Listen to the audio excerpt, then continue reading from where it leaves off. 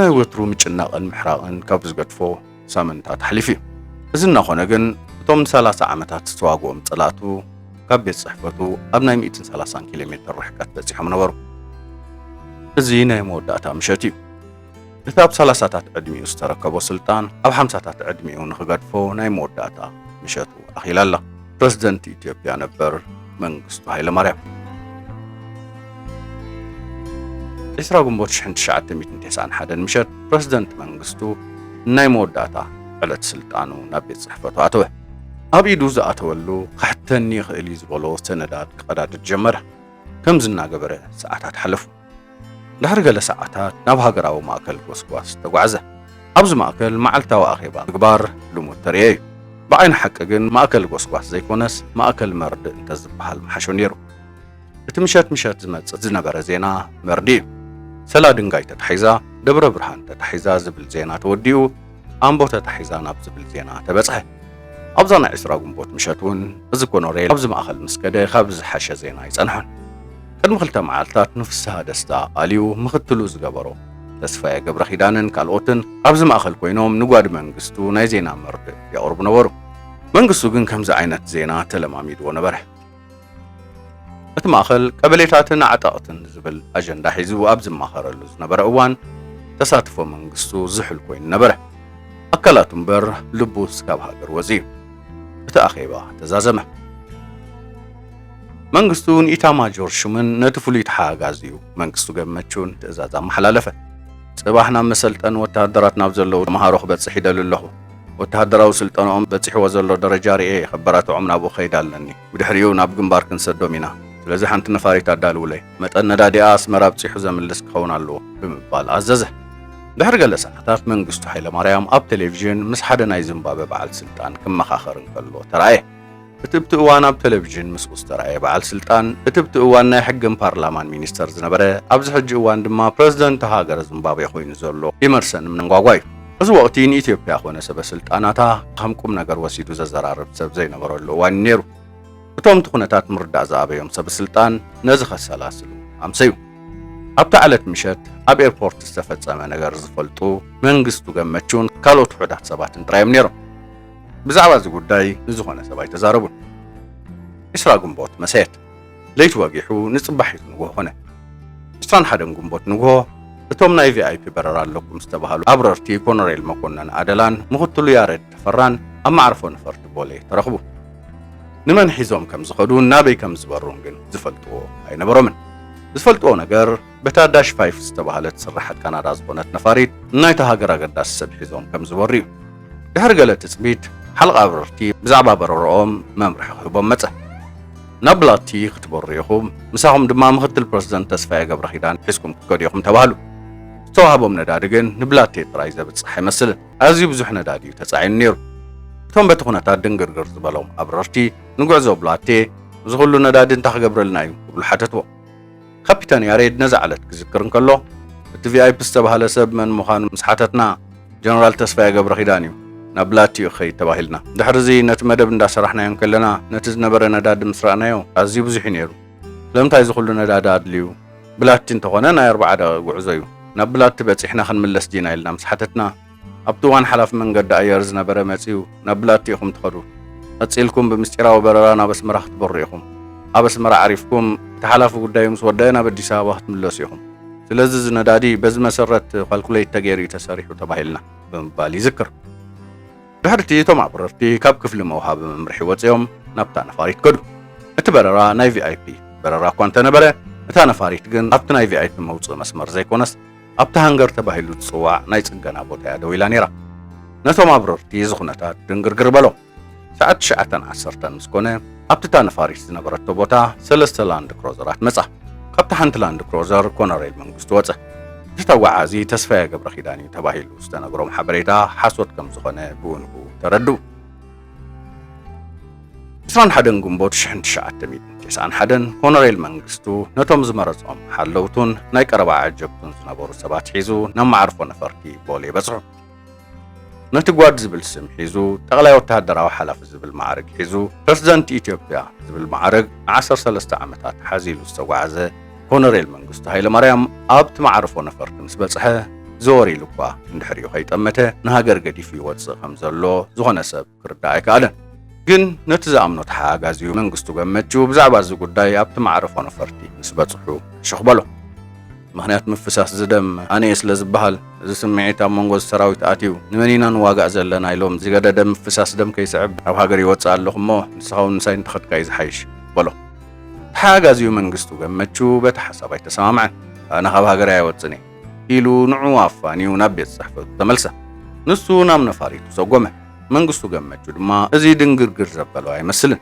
ቅድሚኡ ኣብ 20 ግንቦት 12 ሳንጣ ዝሓዘት ናይቲ ሃገር ቀዳመይቲ ወይዘሮ ባንቺው ቢሻው በዚ ማዕረፎ ነፈርቲ ኣፋኒዋ እዩ ናይ መወዳእታ ዘመን ከም ዝበፅሑ ኣይጠፍኦን ኣብዚ እዋን ኣብዚ መንገዲ ኣየር መንእሰይ ኣብራር ዝነበረ ካፒተን ተስፋዬ ኣሸናፊ ብዛዕባ እዚ ጉዳይ ኣብ ዝተሓተተሉ ግዜ ከምዚ ይብል ወይዘሮ ባንቺው ዝኸደትሉ ዕለት ብዓይነይ ዝረኣኽቦ ክነግረኩም ኣነ ኣብቲ ዕለት ካልእ በረራይ ነርኒ ካፒተን ውብሸት ተኽሉ ድማ 727 ዝተባህለት ነፋሪት ሒዙ ናብ ዚምባብዌ ዝበረረሉ ዕለት እዩ ነይሩ ኣብቲ ዕለት ዝነበረ ናይ ማዕርፎ ነፈርቲ ሱፐርቫይዘር ኣቶ መንግስቱ መኮነን በረራታት ይቆፃፀር ነይሩ ካብ ቤት መንግስቲ ዝመፀ እዩ ተባሂሉ 17 ሳንጣታት ናብዛ 727 ነፋሪት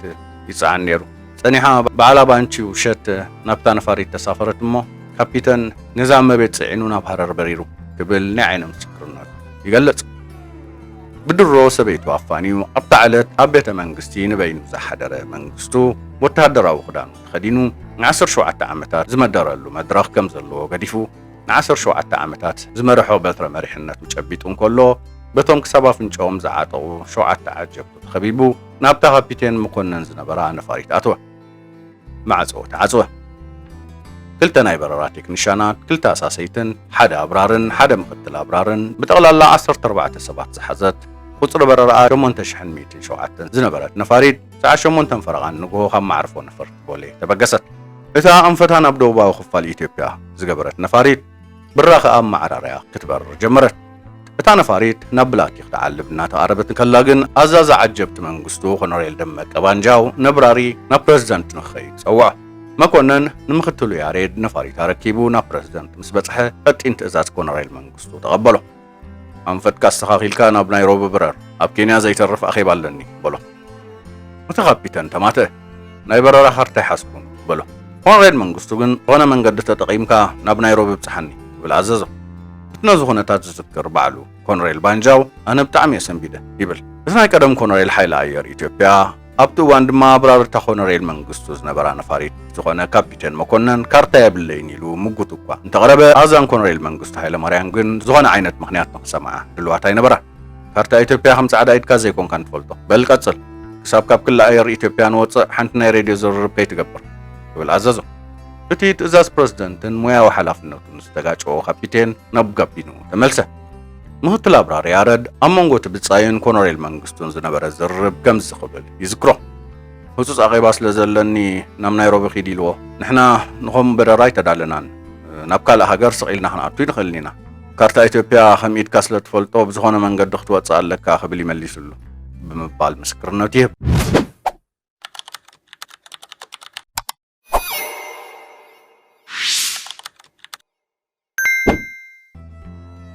ነታ ነፋሪት ናብ ማዕርፎ ነፈርቲ ብላቲ ከውርድዋ ፅፍሒ ኣብ ዘውድሉ እዋን እቶም ንፕሬዝዳንት ክቕበሉ ተሰሪዖም ዝነበሩ ዕሉማት ወተሃደራት ይረኣዩ ነበሩ ኣብ ሰማያት ደቡባዊ ክፋል ኢትዮጵያ ከምዚ ዓይነት ኩነታት እናተኻየደ እንከሎ ኣብ ኣዲስ ኣበባ ቤተ መንግስቲ ድማ እቶም ዝተረፉ ሰበስልጣን ንኣኼባ ተኣኪቦም ኮፍ ኢሎም ነበሩ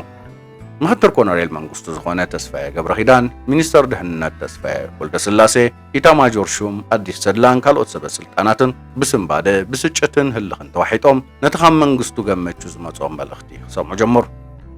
መንግስቱ ገመቹ ድማ ነቶም ሽማምንቲ ፀብጻብ ክቐርብ ጀመረ ትማሊ ንበዓልቲ ቤቱ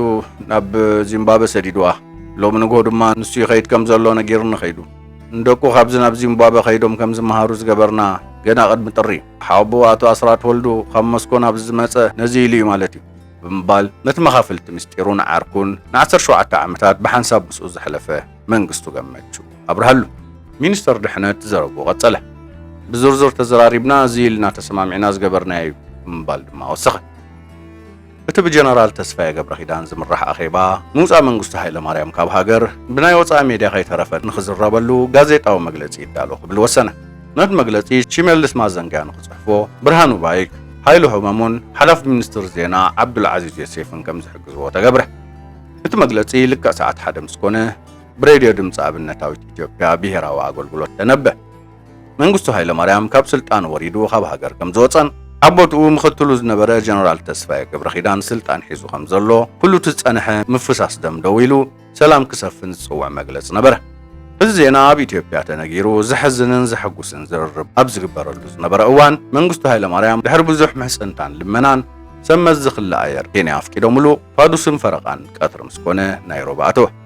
أما عرفوا نفرتي جومو كينياتا مس بصحة زقربوا ناي مجمرة حتى تاب نيروبي زركب أمباسادور إثيوبيا أما عرفوا نفرت ماتسي زراربن زبلينيرو بزد ما سمز سيفيل افيشن كينيا ناب امباسي إثيوبيا دولو عدل علواي بعل سلطان هاجركم بنيشي نفاري تاب زم عرفوا نفرت ترخيب الله نتا أمباسادور وي كال زول حلاف سديدكم زراربو بلوا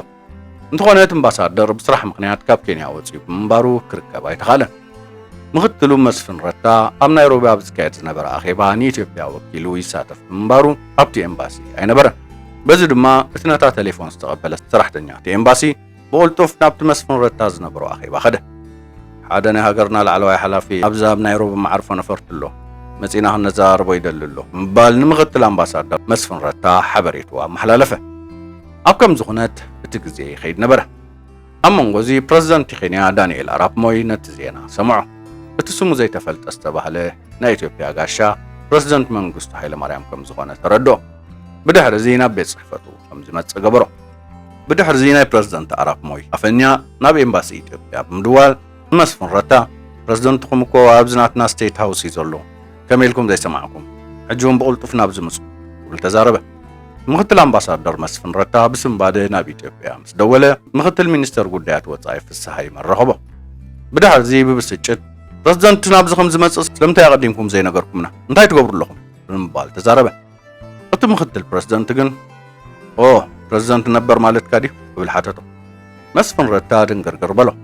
ነዚ ዘሰውዓለ ኣቶ ፍስሓ እቲ ፕረዚደንት ካብ ሃገሩ ሃዲሙ ከም ዝወፀን